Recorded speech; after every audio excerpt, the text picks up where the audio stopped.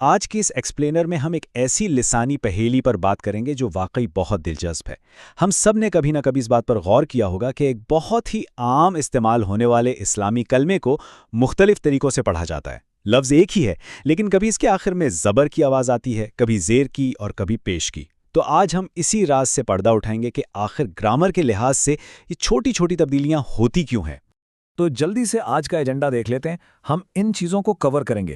پہلے دیکھیں گے کہ یہ تلفظ کی پہیلی کیا ہے، پھر مرکب لفظ کی تھوڑی سی بنیاد سمجھیں گے، اور اس کے بعد تینوں اہم اصول دیکھیں گے، یعنی پکارنے کا قاعدہ، خبر دینے کا قاعدہ اور حروف جار کا عمل، اور آخر میں ان سب کا ایک جلدی سے خلاصہ بھی کر لیں گے۔ تو چلیں شروع کرتے ہیں اپنے پہلے حصے سے۔ آخر یہ تلفظ کی پہیلی ہے کیا چیز؟ ہم اکثر تقاریر سنتے ہوئے یا تلاوت کے دوران ایک ہی لقب کے 3 مختلف تلفظ سنتے ہیں، رسول اللہ یا رسول اللہ، اور فوراً ذہن میں آتا ہے کہ بھئی ان میں سے اصل اور بالکل درست تلفظ کون سا ہے؟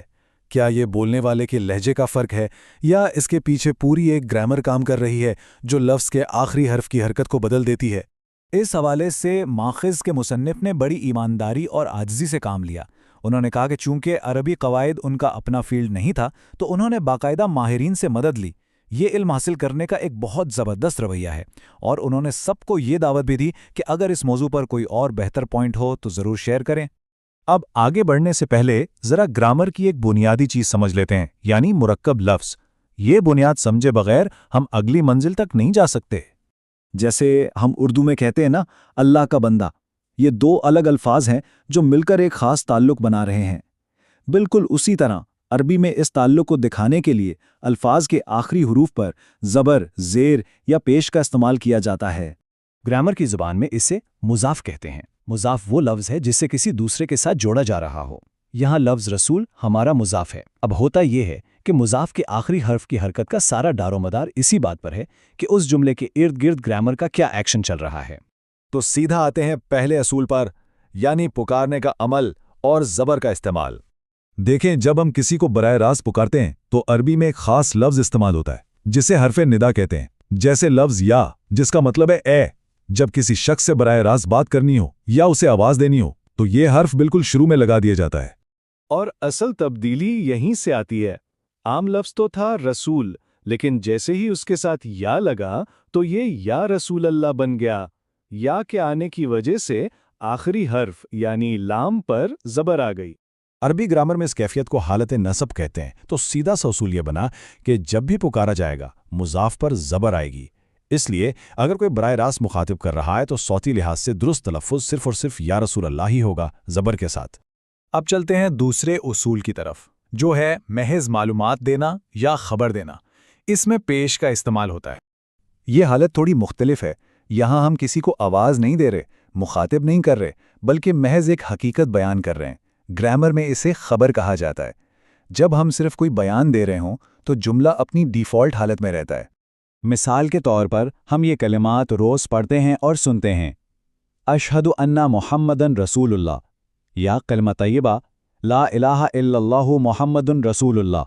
یہاں ہم عقیدے کی خبر دے رہے ہیں، ایک اعلان کر رہے ہیں، اس لیے یہاں پیش استعمال ہو رہی ہے جسے حالت رفع کہتے ہیں۔ کوئی پکار نہیں، صرف ایک فیکٹ، اس لیے رسول اللہ پڑھا جاتا ہے۔ ان دونوں کو ذرا ساتھ رکھ کر دیکھیں۔ پکارنا ہے تو زبر کے ساتھ یا رسول اللہ، اور کوئی فیکٹ یا حقیقت بتانی ہے تو پیش کے ساتھ محمد رسول اللہ۔ مقاصد الگ تو حرکت بھی الگ۔ اور اب تیسرا اصول، حروف جار اور زیر کا کھیل۔ کچھ چھوٹے چھوٹے الفاظ ہوتے ہیں جنہیں حروف جار کہتے ہیں۔ یہ بالکل کشش ثقل یعنی گریوٹی کی طرح کام کرتے ہیں۔ جیسے ہی یہ کسی لفظ سے پہلے آتے ہیں اسے کھینچ کر مجرور کر دیتے ہیں، یعنی اس کے آخر میں لازمی طور پر زیر آ جاتی ہے۔ گرامر میں اسے حالت جر کہتے ہیں۔ یہ الفاظ ہوتے کون سے ہیں؟ جیسے عربی میں فی یعنی میں اور من یعنی سے۔ اردو میں ان کے متبادل الفاظ ہیں میں، کو، تک، سے، پر۔ یہ بظاہر تو چھوٹے سے الفاظ ہیں، لیکن جملے کی ساخت میں ان کا بہت طاقتور اثر ہوتا ہے۔ تو اس کا عملی نتیجہ کیا نکلتا ہے؟ عام بیان میں تو ہم رسول اللہ کہتے ہیں، لیکن جیسے ہی اس سے پہلے فی آیا، اس نے لفظ کی حرکت کو نیچے کھینچا اور یہ بن گیا فی رسول اللہ۔ لام کے نیچے بالکل واضح زیر آ گئی، تو جہاں بھی حرف جار ہوگا وہاں زیر کا آنا پکا ہے۔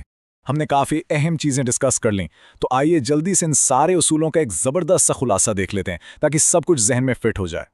تو کہانی کا خلاصہ کچھ یوں ہے، اگر پکارنا ہے تو حرف ندا یا آئے گا اور اس کے ساتھ زبر لگے گی، جیسے یا رسول اللہ۔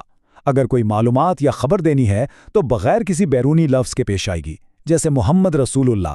اور اگر حرف جار جیسے فی یا من آ جائے تو وہ حرکت کو زیر میں بدل دے گا، یعنی فی رسول اللہ۔